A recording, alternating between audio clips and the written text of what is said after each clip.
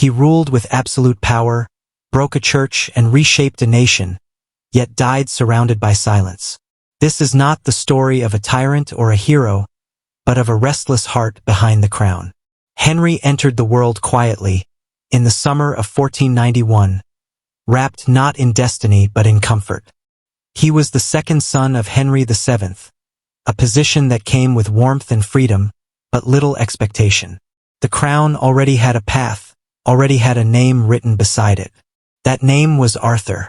And so young Henry grew in the gentle margins of power, where mistakes were forgiven, laughter was encouraged, and the future felt wide rather than heavy. His days were filled with tutors who praised his sharp mind, with music that flowed easily through his fingers, and with long hours of play that left dust on his shoes and joy in his chest. He learned languages as though they were songs, absorbing Latin and French with ease, and when he sang or played the lute, the court paused to listen. Even then, there was something about him that drew people closer, an ease that made him feel alive, present, and deeply human. In those early years, Henry's world was defined by observation rather than command. He watched how his father ruled with caution and restraint, how decisions were weighed carefully, how silence was often more powerful than noise. But Henry himself was different. He was brighter, warmer, more eager to be seen. He loved the movement of life, the clash of tournaments, the color of banners in the wind. He was strong for his age, broad-shouldered, and quick to smile. No one feared him then. No one needed to. He was not the future king. He was simply the spare, the boy who could afford to dream. Arthur, his older brother, carried the weight Henry did not. Arthur was groomed carefully, trained to rule, spoken to with seriousness. When Arthur married Catherine of Aragon, a princess from Spain, the court celebrated not only a union, but stability. England's future felt secure. Henry watched it all from a step behind, close enough to feel included, distant enough to remain untouched. And perhaps, in some quiet corner of his heart, he believed this balance would last forever, that his life would always remain light, protected by the certainty that someone else stood between him and the crown. But history rarely announces its turning points with thunder. Sometimes it arrives softly, like illness, like a breath that grows weaker each day. Arthur fell sick not long after his marriage. At first, there was reassurance, calm voices, confidence that youth would prevail. Yet the illness lingered, deepened, and then, without ceremony, Arthur was gone. The court fell silent. Candles burned longer. Footsteps echoed differently along stone corridors. And in that silence, the shape of Henry's life began to change. Grief does not always come with tears at first. For Henry, it came as confusion. The brother who had always stood ahead of him was suddenly absent, leaving a space that felt impossibly wide. Adults spoke in hushed tones, glancing toward him with new expressions. He felt it before it was ever said aloud. The future was shifting. The crown was turning its gaze.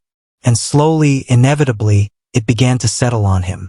In the days that followed Arthur's death, Henry was no longer simply a prince. He was the heir.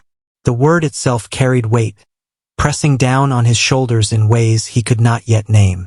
Lessons changed. Expectations sharpened. Freedom narrowed. The same court that once smiled at him now studied him. His laughter, once harmless, became measured.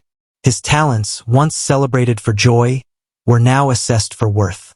The world had not asked him if he was ready. It had simply decided. And so, as the boy stood at the edge of adolescence, the soft path of his life curved suddenly toward power. The night around him grew quieter, heavier, as if history itself had drawn closer. Henry did not yet know what this would cost him. He only knew that something precious had ended, and something demanding had begun. And so the days moved forward, carrying Henry with them, whether he wished it or not. The court began to reshape him carefully, as one might shape warm metal, slowly and with purpose. His tutors grew sterner, their voices firmer, their lessons longer. Where once learning had felt like discovery, it now felt like preparation. History was no longer a collection of stories but a warning. Theology became not just belief but authority. Kingship was taught as something sacred, heavy with divine approval, and Henry listened closely. He was young enough to absorb these ideas deeply, to let them settle into him without question. Somewhere in that quiet absorption, the roots of certainty began to grow. Yet he was still a boy, and the body remembers joy even when the mind is told to prepare for rule. Henry rode horses at full speed, letting the wind press tears from his eyes. He hunted with fierce delight, finding comfort in movement and strength. His body grew quickly, taller and broader than most, and the court admired him openly. They spoke of how fortunate England was, how promising the future now seemed. These words reached Henry's ears again and again, soft praise slowly hardening into expectation. He began to understand that he was no longer allowed to be ordinary. His father, Henry VII, watched him closely. This was a man shaped by uncertainty, by years of instability and threat.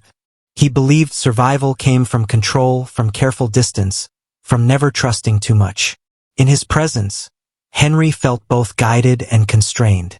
There was affection, yes, but it was measured. The king did not teach his son warmth. He taught him vigilance.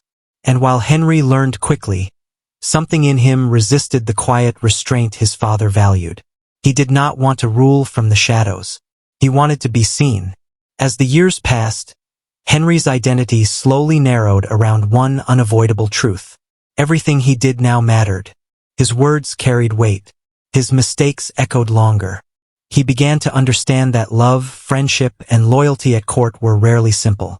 They bent toward advantage, toward survival. Even kindness felt conditional. This realization settled into him like a slow ache, dull but persistent. One decision lingered above all others, unspoken yet ever-present.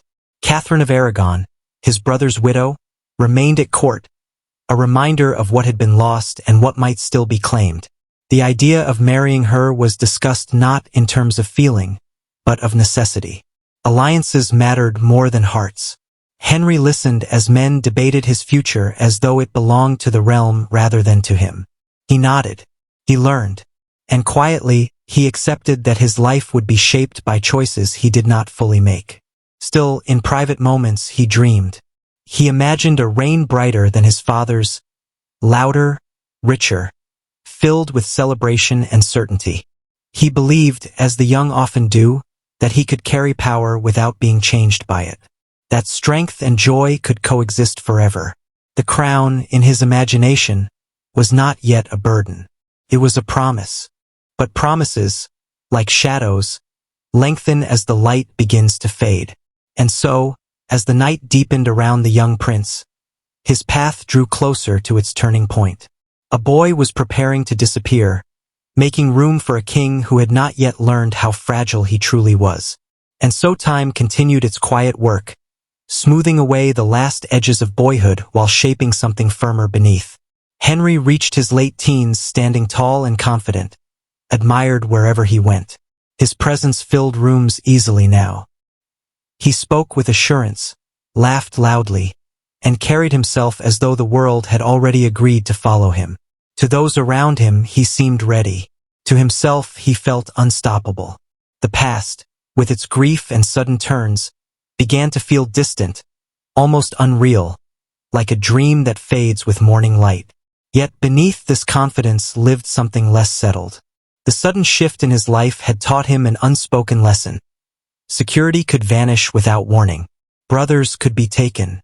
Futures could be rewritten overnight. And so Henry learned to cling tightly to what made him feel alive. Praise mattered deeply to him. Approval warmed him more than he ever admitted.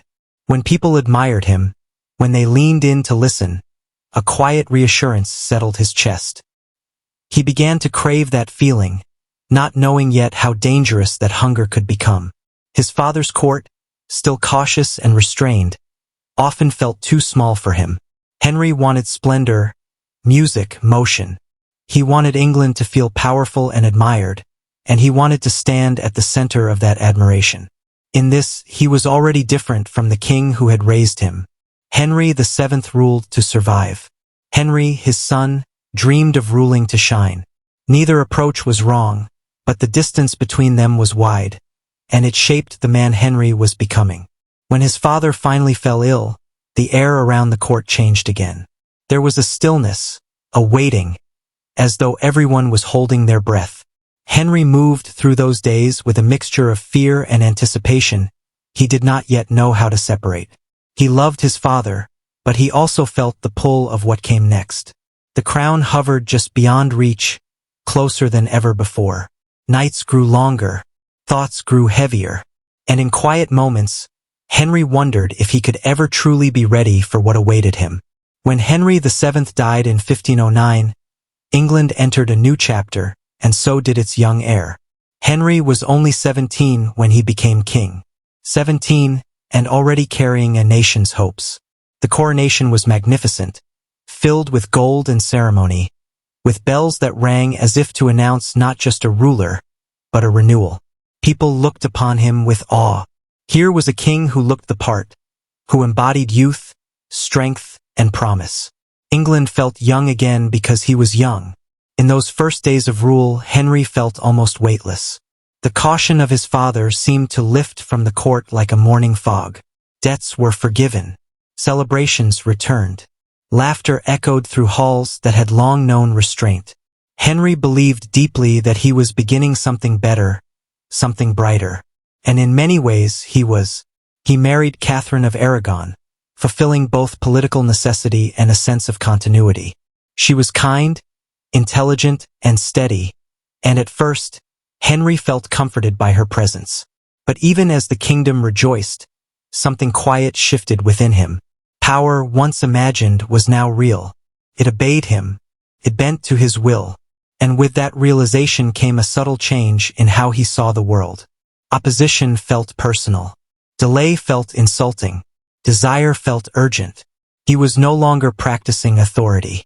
He was living it. Still, this was only the beginning. The warmth of youth had not yet cooled. The confidence of strength had not yet been tested by pain. Henry stood at the threshold of his reign truly believing, that greatness and happiness could walk side by side. That love, power, and faith could remain in harmony. The night had not yet shown him how fragile such balance could be. And so chapter 1 closes here, with a young king crowned in promise, unaware of the storms gathering quietly beyond the horizon. The boy who was never meant to rule has taken his place upon the throne.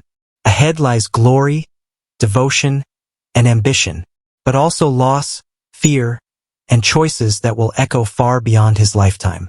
And as the candlelight flickers and the court settles into uneasy silence, Henry's true story is only just beginning. England had not seen a king like Henry in generations. Youth alone set him apart. Where his father had ruled with careful distance, Henry ruled with presence. He laughed easily, spoke boldly, and seemed to carry the future effortlessly upon his shoulders. The court responded in kind. Music spilled through the halls, banquets stretched long into the night, and tournaments filled the air with dust and cheering voices. Armor flashed in the sun, banners lifted in the wind, and always, at the center of it all, stood Henry, tall and radiant, every inch the king people had hoped for. To the outside world, this was a golden age in the making. England felt alive again, confident and admired. Foreign courts watched closely, measuring this young ruler who combined physical strength with charm and intellect. Henry wanted to be seen, and he was. Praise surrounded him like warm light, and he drank it in deeply. Each cheer, each approving glance, fed something inside him that had been growing quietly since his youth. He told himself this was love for his people, pride in his kingdom. And in part it was. But beneath it lay something more personal, more fragile. His marriage to Catherine of Aragon brought him comfort in these early years. She was steady where he was restless, thoughtful where he was impulsive. Catherine carried herself with dignity and faith, and she loved Henry sincerely. At first, he returned that affection with ease. Their court appeared harmonious, a king and queen aligned in purpose and belief. Catherine offered him reassurance, a sense of continuity that tied his reign to both his brother's memory and to powerful alliances abroad. For a time, that was enough. Yet even in moments of celebration, Henry felt a quiet tension beneath his joy. He wanted more than stability. He wanted certainty. He wanted to know that his reign would endure, that his name would continue, unbroken. In the world he inhabited, this certainty had a single, fragile form: a son.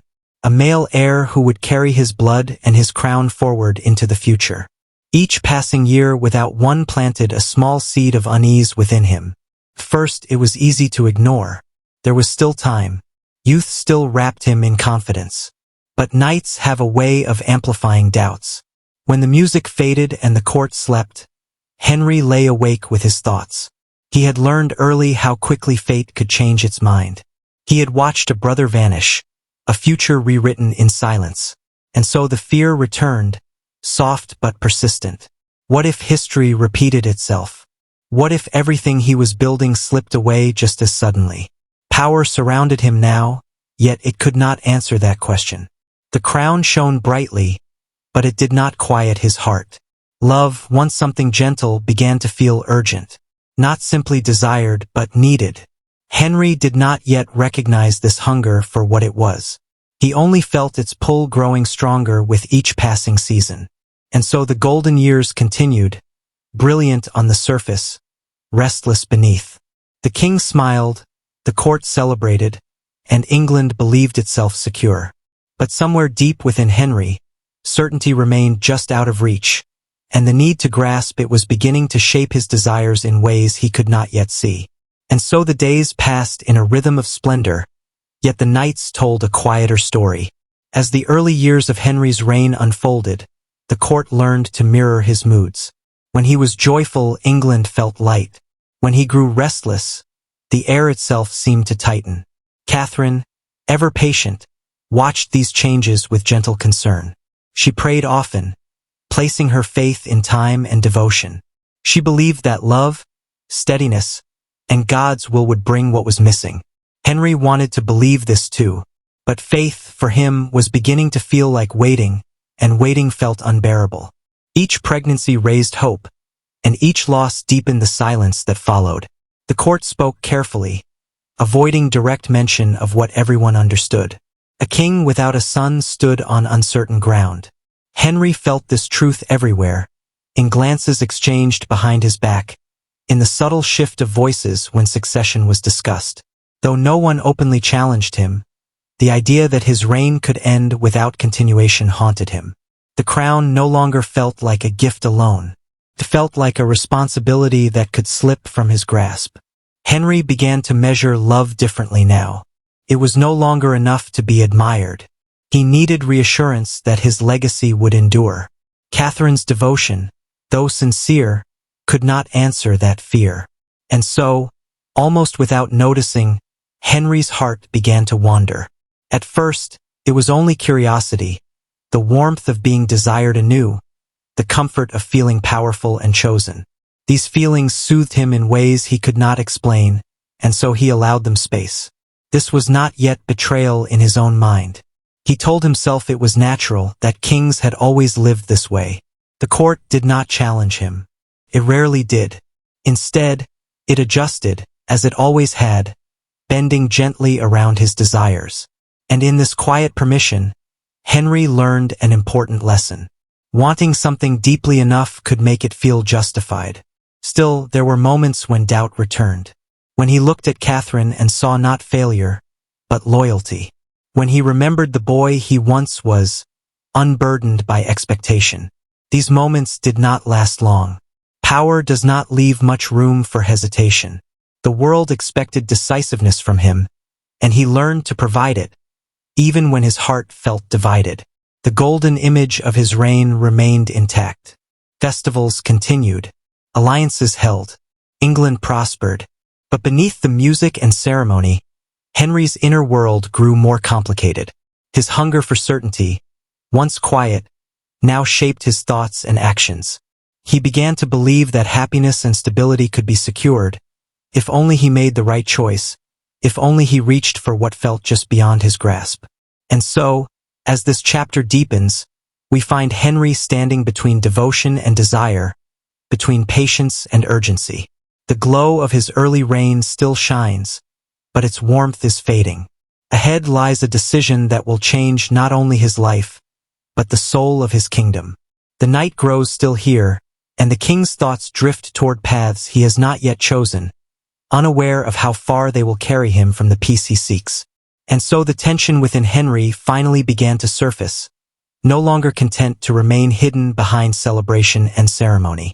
By now, the court had learned to read the king's silences as carefully as his words. His charm remained, his confidence intact, yet there were moments when his gaze lingered too long, when his laughter arrived a fraction too late.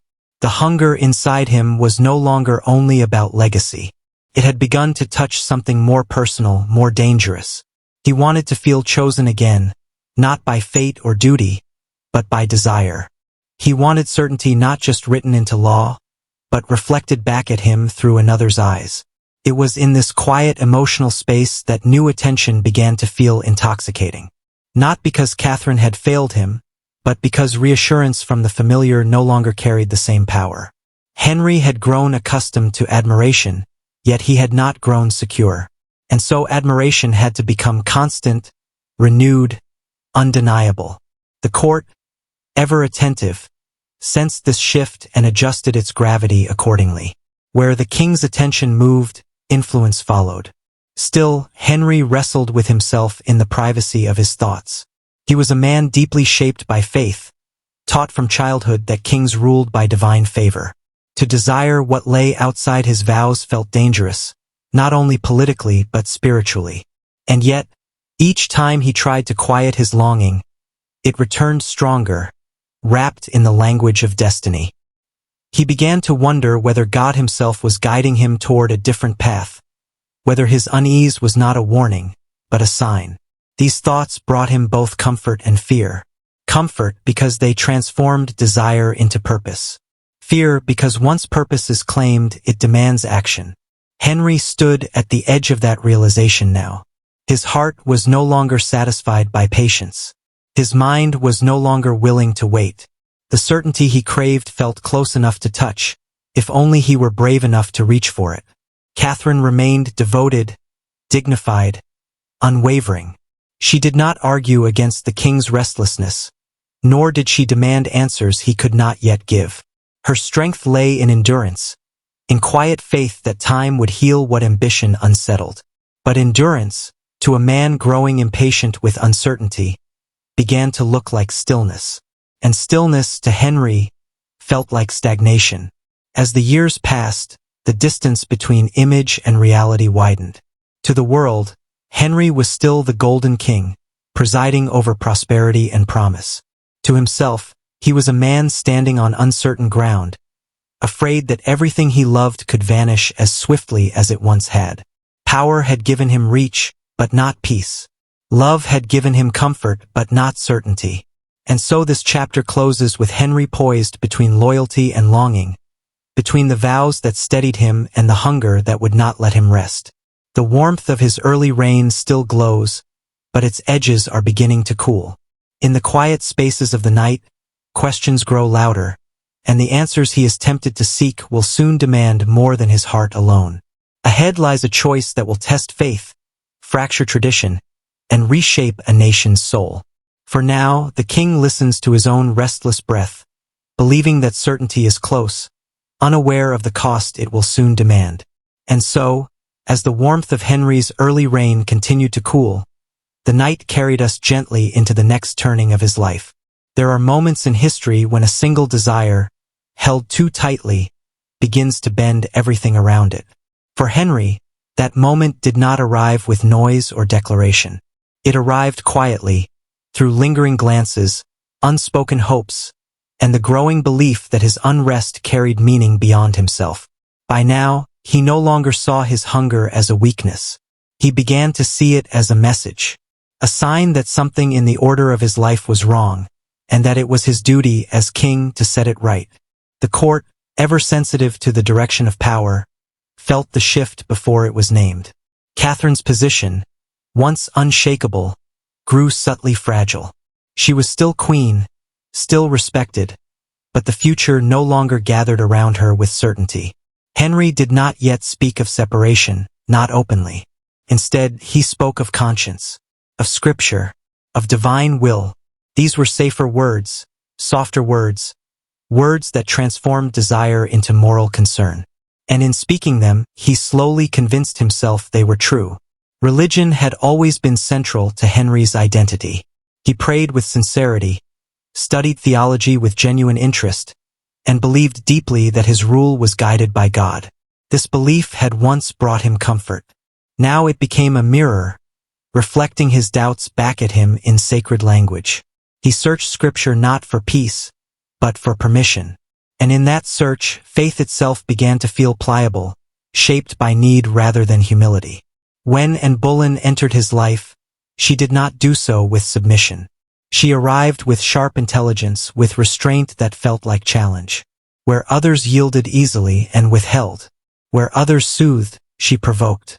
To Henry, this felt like awakening. She did not simply admire him. She made him feel chosen, seen, necessary.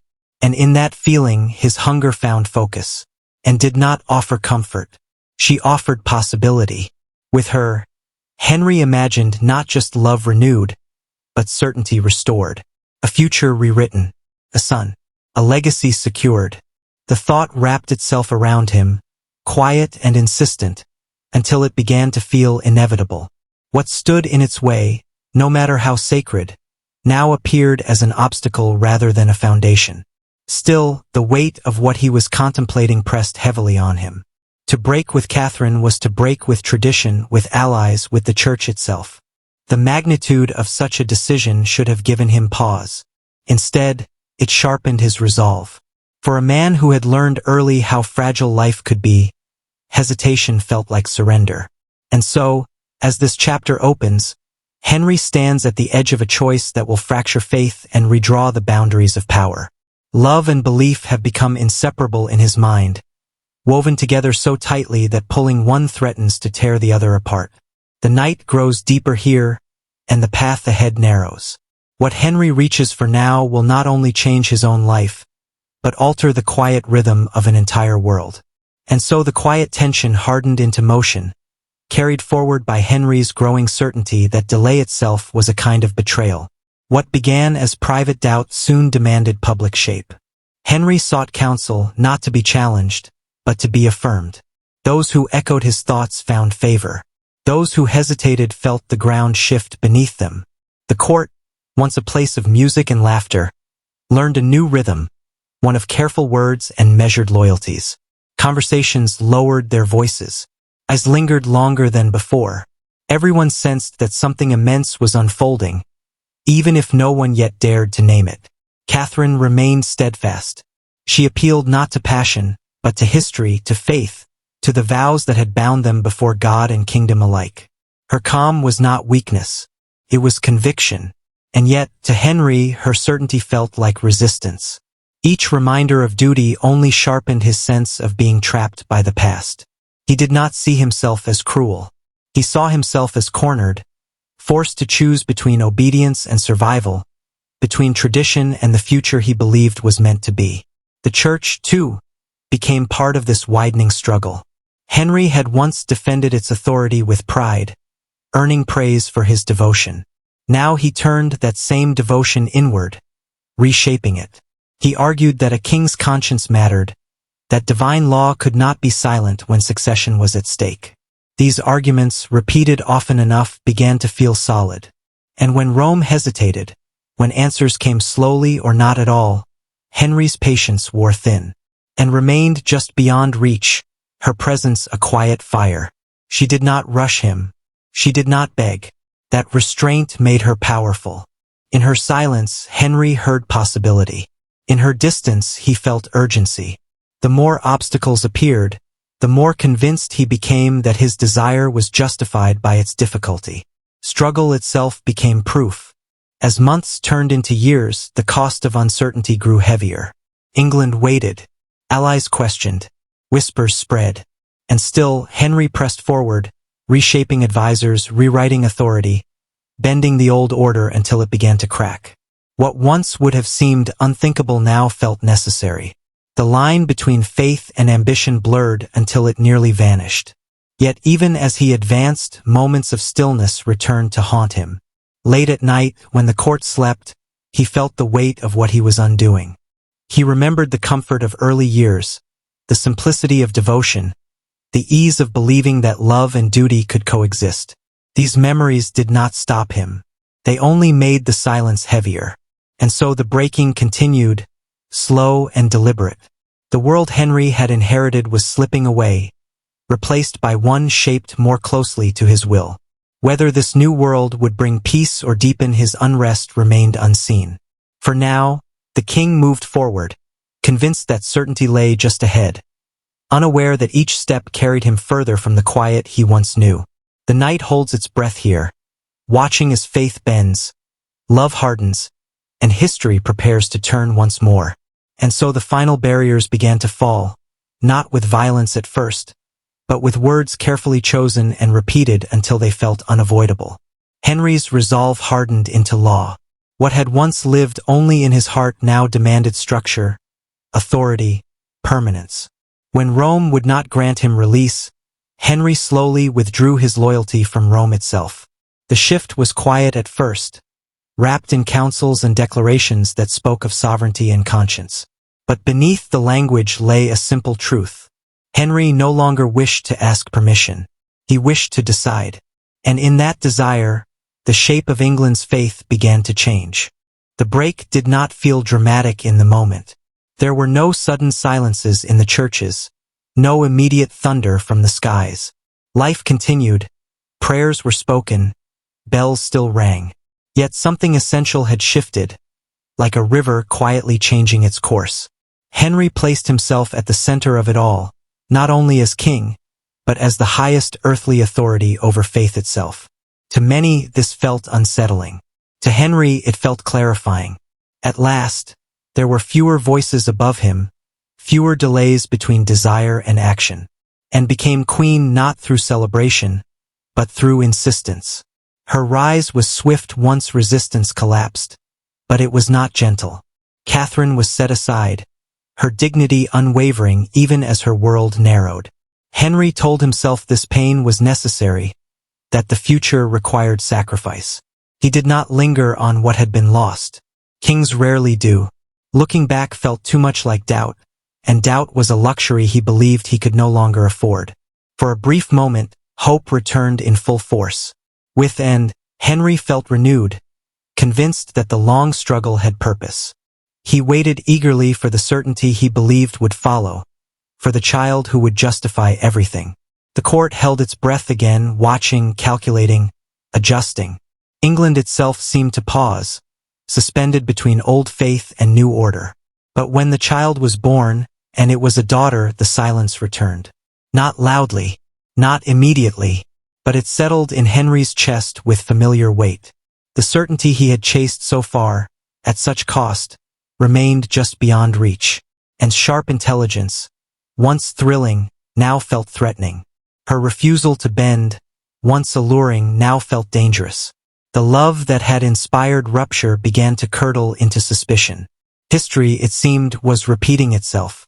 And this time, Henry felt not surprise, but anger. He had given everything, broken everything, and still the future refused to obey him. The fear he had tried so hard to outrun returned, stronger and more bitter than before. Power had reshaped the world, but it had not delivered peace. And so chapter 3 closes in quiet unease. A king who once believed faith would steady him has remade faith itself. A love that promised certainty has instead deepened his unrest. The world has changed, irrevocably, but the hunger within Henry remains. As the night deepens, the echoes of broken vows linger in stone halls and silent chapels. Ahead lies reckoning not only for those around the king, but for the king himself. The cost of reshaping a world is never fully known until the shaping is complete. And so the story moves forward, carrying the weight of what has been broken into what is yet to come. There is a moment in every life when strength begins to betray itself. For Henry, it did not arrive suddenly, but it arrived without mercy. The king who had once ridden tirelessly, who had dazzled crowds with his power and grace, began to feel his body resist him. Pain lingered where it once faded. Injuries healed slowly, if at all. And with each passing year, the distance between the man he remembered and the man he had become grew wider. At first, he refused to acknowledge it. Kings were not meant to weaken. He pushed himself harder, rode faster, hunted longer, as if effort alone could hold time at bay. But one fall, heavy and unyielding, changed everything. An injury to his leg left him in constant pain, a pain that never truly left him again. It followed him into chambers and councils, into sleep and waking. It dulled his patience and sharpened his temper. And slowly, quietly, it altered the way he ruled. Pain has a way of narrowing the world. It turns attention inward, makes small irritations feel enormous. Henry, once expansive and generous in spirit, grew suspicious. He trusted less. He listened less. The court felt this shift immediately. Where once there had been warmth, now there was caution. Advisors chose words carefully. Silence became safer than honesty. Fear settled into the spaces where laughter had once lived. And now Queen felt this change most closely. The certainty she had promised did not arrive, and Henry's disappointment hardened into resentment. Her intelligence, her sharp tongue, her refusal to yield completely, all began to feel like threats rather than virtues. Love, once fueled by longing, now struggled under the weight of unmet expectation. And Henry, unwilling to confront his own fear, turned his gaze outward, searching for someone to blame. The court adjusted again. It always did. Where one star dimmed, others rose. Jane Seymour appeared not as challenge, but as comfort. Quiet, obedient, and gentle, she offered Henry a reflection of the peace he believed he had lost. In her stillness he saw relief. In her softness he imagined healing. The pattern was repeating itself, though Henry could not, or would not, see it. With each marriage, the king seemed to seek not love, but reassurance. Each woman carried the weight of his longing for certainty, his fear of disappearance, his need to feel chosen by fate itself. And when they failed to quiet that fear, they were set aside one way or another. Power made these endings possible. Pain made them inevitable. As Henry's body grew heavier, so too did his rule. The softness of his youth was gone, replaced by rigidity and control. Laws grew harsher, punishments swifter. Mercy became rare. The crown, once worn lightly, now pressed down upon him. A constant reminder of responsibility he could not escape and a future he could not fully secure. And so this chapter settles into a quieter darkness. A king surrounded by servants, yet deeply alone. A ruler feared more than loved. A man trapped inside a body that no longer obeyed him, and a legacy that still felt uncertain. The knight listens as Henry breathes through pain and memory, convinced that peace lies just beyond his grasp. Ahead waits the final reckoning, where power, regret, and mortality converge. For now, the king endures, holding tightly to what remains, as the world he reshaped begins to reflect the cost. And so the night does not yet release him. It deepens, pressing closer, asking the story to linger a little longer. The pain in Henry's body became a constant companion, one that spoke even when he wished for silence. His leg, wounded and slow to heal, carried infection and discomfort that never truly faded. Each step reminded him of time's passing, of strength slipping away. Sleep no longer came easily. Nights stretched long, filled with half-waking thoughts and restless memory. And when rest is broken often enough, the mind begins to harden around its fears. Henry's temper followed his pain closely. Where once he had been quick to charm, he now grew quick to anger. Small delays felt like defiance. Questions felt like threats. The court learned to move carefully around him, as one moves around a fire that once warmed but now burned without warning.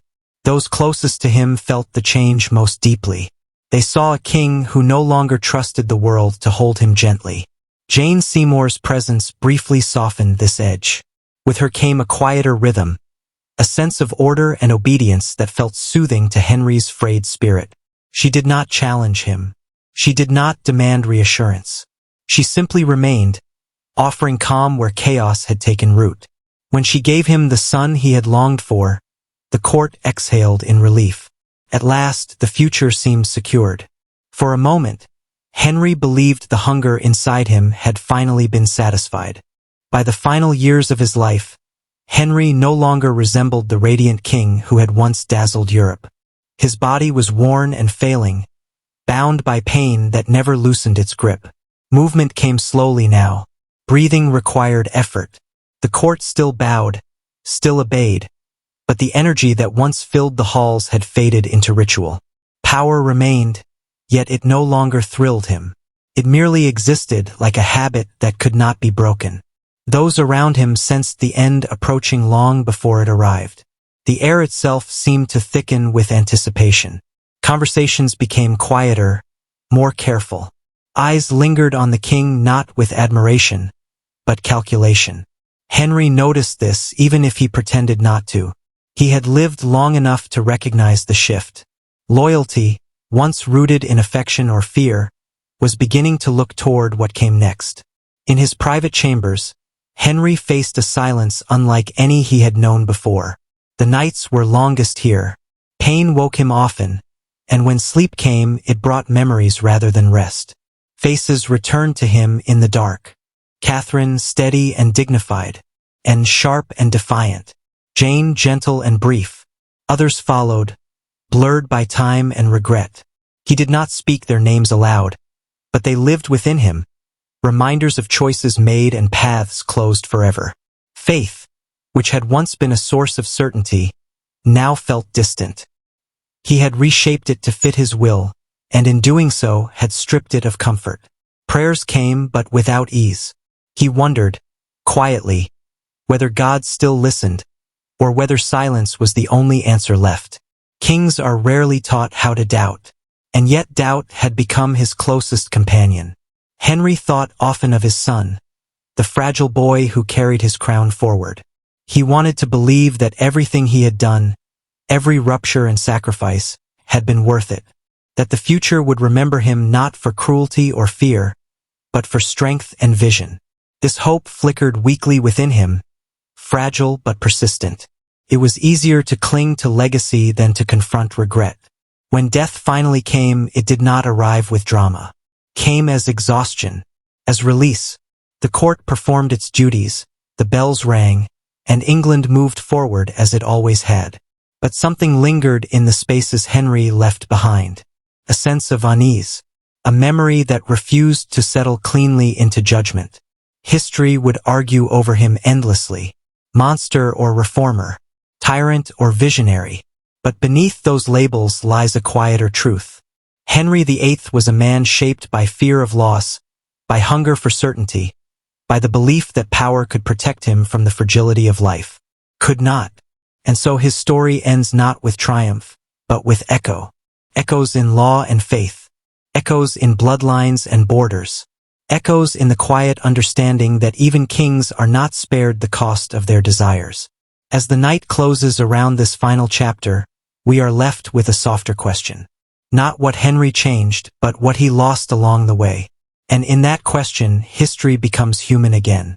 If these words have carried you closer to rest, let the past fade gently now. The crown grows quiet, the corridors empty, and the night, patient as ever, draws the story to sleep.